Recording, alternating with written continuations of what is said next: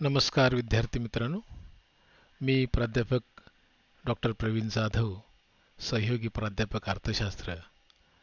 आजच्या या व्याख्यानामध्ये तुम्हा सर्वांचे मनपूर्वक स्वागत करतो. आज आपण सामाजिक संशोधनातील एक महत्त्वाचा विषय म्हणजे नमुना निवड पद्धती, सॅम्पलिंग टेक्निक्स अभ्यासणार आहोत. चला तर सुरुवात करूया प्रस्तावनेपासून.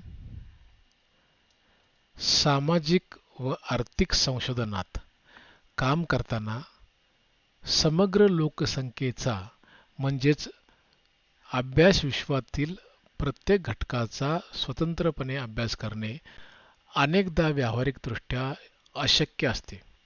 कारण जेव्हा अभ्यास क्षेत्र प्रचंड मोठे असते तेव्हा एका घटकापर्यंत पोहोचणे अत्यंत कठीण होऊन बसते.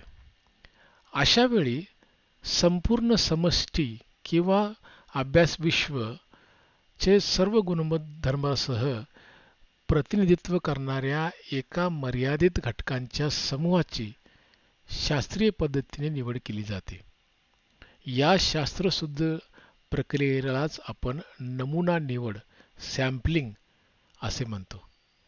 योग्य नमुना निवडीमुळे संशोधकाचा अत्यंत मौल्यवान वेळ, शारीरिक श्रम आणि प्रचंड आर्थिक संसाधनांची बचत होते आणि कमी वेळेत अचूक वैज्ञानिक निष्कर्ष प्राप्त करणे शक्य होते.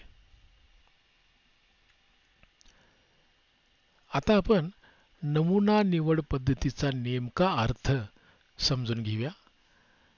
नमुना निवड पद्धती म्हणजे संपूर्ण लोकसंख्येमधून विशिष्ट सांख्यिकीय आणि शास्त्रीय नियमांच्या आधारे प्रातिनिधिक घटकांची निवड करण्याची एक पद्धतशीर प्रक्रिया आहे.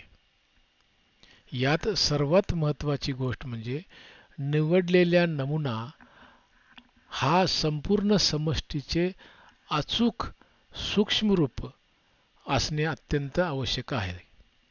जर नमुन्यामध्ये मूळ संख्येचे सर्व गुणधर्म प्रतिबिंबित होत असतील म्हणजेच प्रातिनिधिक असतील तरच त्या लहान नमुन्याच्या अभ्यासावरून काढलेले निष्कर्ष हे संपूर्ण लोकसंख्येच्या विश्वासाने लागू करता येतात, ज्याला आपण जनरलायझेशन म्हणतो. लहान गटावरून मोठ्या गटाला लागू करणे, जनरलायझेशन करणे हे आपल्याला शक्य होते. नमुना निवड पद्धतीची गरज आपण समजून घेऊया. संशोधनामध्ये ही नमुना निवड पद्धती वापरण्याची नेमकी काय गरज आहे याचा आता आपण विचार करू. जेव्हा संशोधनाचा विस्तार विस्तृत भौगोलिक क्षेत्रावर पसरलेला असतो किंवा अभ्यासाची लोकसंख्या विशाल असते तेव्हा प्रत्येक घटकाची वैयक्तिक गणना करणे अजिबात व्यवहार्य राहत नाही. संशोधकाकडे असलेला वेळ, उपलब्ध मनुष्यबळ आणि आर्थिक निधीच्या मर्यादा विचारात घेता नमुना निवड करणे अनिवार्य ठरते. त्याचबरोबर क्षेत्रकार्यातून तथ्य गोळा करत असताना माहितीची अचूकता राखण्यासाठी, उत्तरदात्याकडून सखोल माहिती मिळवण्यासाठी आणि संपूर्ण संशोधनाची शास्त्रीय वैधता म्हणजे व्हॅलिडिटी वाढवण्यासाठी नमुना निवड पद्धतीची नितांत गरज असते.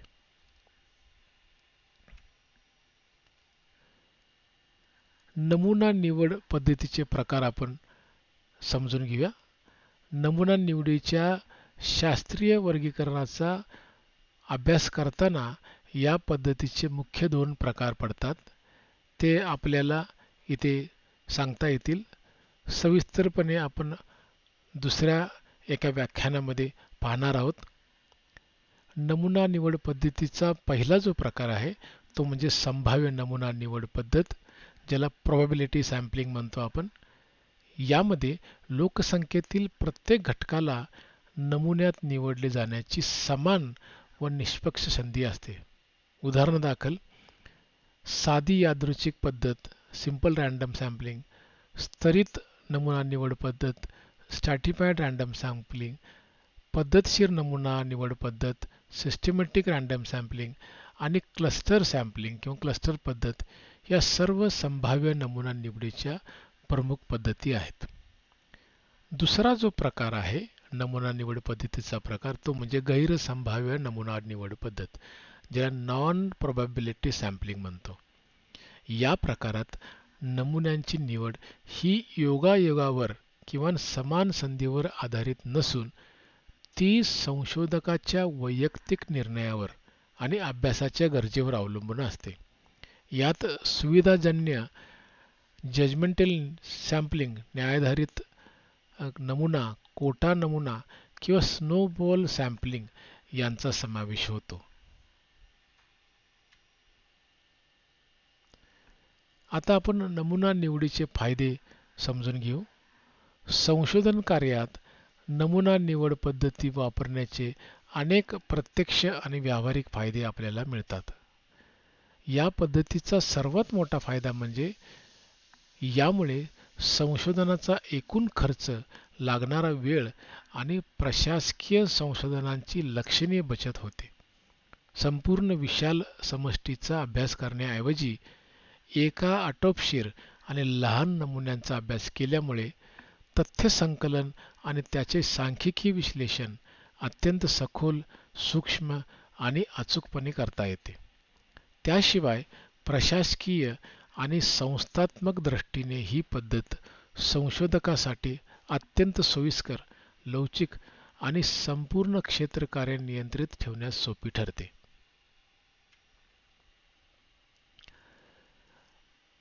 नमुना निवडीच्या फायद्यासोबतच नमुना निवड पद्धतीच्या काही मर्यादा देखील आपल्याला लक्षात घ्याव्या लागतील. जर नमुना निवड योग्य, शास्त्रीय, निष्पक्ष प्रकारे झाली नाही तर त्यात संशोधकाचा किंवा पद्धतीचा पूर्वग्रह समाविष्ट होण्याची आणि नमुन्यातील त्रुटी, सॅम्पलिंग एरर ज्याला म्हणतो आपण, निर्माण होण्याची दाट शक्यता असते. चुकीच्या पद्धतीने निवडलेला आणि आकाराने अपुरा असलेला नमुना हा संपूर्ण लोकसंख्येचे योग्य प्रतिनिधित्व करू शकत नाही. नमुना जर प्रातिनिधिक नसेल तर तो चुकीचा ठरू शकतो. परिणामी अशा अपूर्ण नमुन्यावरून काढलेले संशोधन किंवा निष्कर्ष हे चुकीचे आणि दिशाभूल ठरणारे असतात. याशिवाय योग्य नमुना निवडण्यासाठी आणि सांख्यिकीय त्रुटी टाळण्यासाठी संशोधकाकडे उच्च दर्जाचे तांत्रिक कौशल्य, अनुभव आणि विषयातील तज्ञतेची नितांत आवश्यकता असते. शेवटी निष्कर्ष पाहूया. या सर्व तात्विक आणि व्यावहारिक विश्लेषणावरून आपण या निष्कर्षापर्यंत पोहोचतो की नमुना निवड पद्धती ही संपूर्ण सामाजिक व शास्त्रीय संशोधनाचा मुख्य कणा आहे.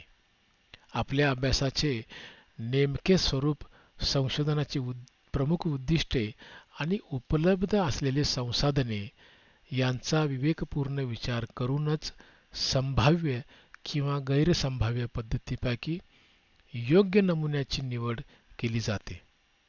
योग्य, प्रातिनिधिक आणि अचूक नमुन्याची निवड केल्यास संशोधनाची विश्वसनीयता, गुणवत्ता आणि प्रमाणबद्धता लक्षणीयरीत्या वाढते.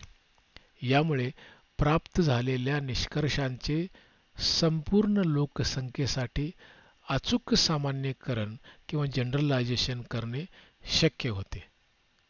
धन्यवाद.